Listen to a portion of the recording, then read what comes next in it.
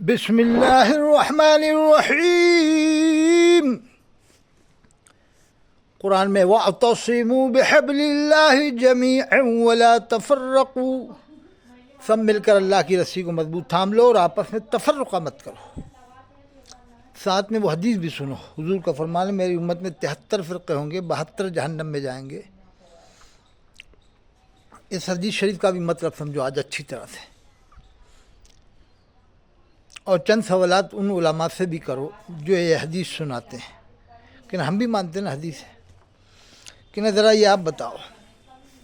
پھر فاضل بریلوی نے یہ پہلے اس سے پوچھو کہ صاحب یہ بتاؤ، حضور کا فرمان ہے میری امت میں 73 فرقے ہوں گے، 72 جہنم میں جائیں گے، تو وہ کہے گا ہی مولوی کہ ہاں بے شک، کہ نہیں بتائیے امت میں 73 فرقے ہوں گے، آدھی امت میں ہوں گے یا کل امت میں ہوں گے؟ کل امت میں ہوں گے یا آدھی امت میں ہوں گے؟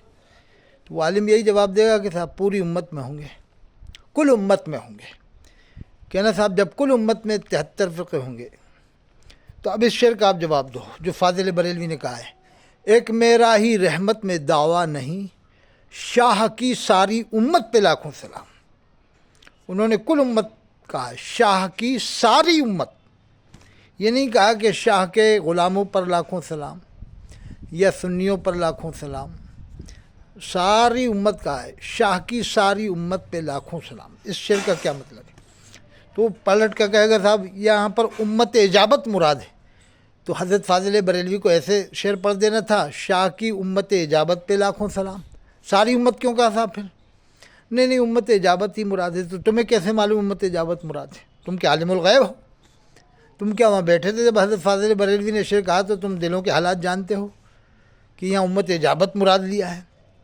چلو اگر بالفرض تسلیم کر لو امت اجابت ہی مراد لیا ہے تو تم پھر امت دعوت کو کیا مانتے ہو؟ تو یہی کہے گا امت دعوت مسلمان نہیں ہے۔ تو جب مسلمان نہیں تو چلو چل کے دعوت دو ان کو، کون ہے امت دعوت میں؟ تو وہ یہی کہیں گے دیوبندی ہیں، ندوی ہیں، اہل حدیث ہیں، شیعہ ہیں، اور کہنا اور کون ہیں، کہنا ان سے سوال کرو، کہنا یہ بتاؤ انڈیا میں دیوبندی کا برات آتا ہے، جیسے کندر کی مراد آباد میں برات آئی تو اس نے نکاح نہیں پڑھایا، اس کے ماں باپ کا دل دکھایا لڑکی کے، کتنا دل دکھا ہوا کہ آج میری لڑکی کی ودا ہو رہی ہے، اماں سوچ رہی ہوگی، بہنیں اس کی چھوٹی ہوں گی، کوئی 10 سال کی، کوئی 12 سال کی، کوئی 14 سال کی، خوشی میں کپڑے پہنی ہوں گی نئے نئے کہ آج ہماری بڑی باجی، آج ہماری باجی ودا ہو کے جا رہی ہیں، سنبھل جا رہی ہیں، یا جہاں سے برات آئی تھی وہاں جا رہی ہے، بڑی خوشی ہوئی ہوگی، بڑا اچھا لڑکا ہے، کماتا کھاتا ہے، ہم بھی جائیں گے تو مرغے بکرے کھایا کریں گے، بریانیاں کھایا کریں گے، قورمے کھایا کریں گے، بڑا گھر ہے صاحب، ہمارے بہنوں صاحب خوب کمانے کھانے والے ہیں۔ اب کچھ دیر بعد پتہ چلا ہوگا کہ بھائی تمہاری باجی کی شادی نہیں ہو رہی۔ کیا ہو گیا بھائی؟ کہ وہ تمہارا جو باجی کا دولہا تھا کافر ہے۔ استغفر اللہ، کافر؟ ہماری اماں کیا کافروں سے شادی کر رہی تھی؟ کہ ہمارے باپ کافروں سے کر رہے تھے؟ ایسا تھوڑی ہوگا صاحب، یہ سب داڑھی ٹوپی والے آئے ہوئے ہیں، یہ سب کافر ہیں کیا؟ دولہا بھی نماز پڑھتا ہے، کافر کیسے ہو جائے گا؟ نہیں وہ امام بتا رہا ہے کندر کی مراد آباد کا کہ وہ امام کافر، وہ دولہا کافر ہے، دیوبندی ہے۔ استغفر اللہ۔ اب بتاؤ 10 سال کی بہن کا، 12 سال کی بہن کا، 14 سال کی بہن کا کتنا دل ٹوٹا ہوا ہے، اٹیک ہی نہیں آیا ہوا تو خالی اس کی اماں کے دل کتنے چھل نہیں ہوا ہوگا، باپ کا دل کتنا چھل نہیں ہوا ہوگا، اس کے چھوٹے بھائی ہوں گے، کوئی 10 سال کا ہوگا، کوئی 7 سال کا ہوگا، کوئی 8 سال کا ہوگا، کوئی 9 سال کا ہوگا، چھوٹے بچے کھیلیں گے کہ آج ہماری باجی کی شادی ہے۔ اب چھوٹے بچوں کو بتاؤ کہ بچوں تمہاری بہن کی شادی نہیں ہو رہی، بارات واپس جا رہی، کہ کیا ہو گیا؟ کہ وہ تمہارا جو دولہا بھائی بننے والا تھا بہن ہوئی وہ کافر تھا، یہ امام بتا رہا ہے۔ استغفر اللہ، کتنے دل پہ دھکے لگے ہوں گے، چھوٹے بچوں کے، بچیوں کے کتنے دل ٹوٹے ہوں گے کہ وہ تمہارا امام کندر کی والا کہہ رہا کہ مسلمان نہیں کافر ہے۔ ایسا ہوا ہے؟ کندر کی مراد آباد سے برات واپس لوٹائی ہے کہ ان کو کافر کہو، نانوی صاحب کو کہو، ان کو کہو۔ اب وہ بیچارہ عام آدمی کیا جانے یار کیا لکھا کیا نہیں لکھا، ہمیں کیا معلوم، زبردستی پوچھ رہا تھا۔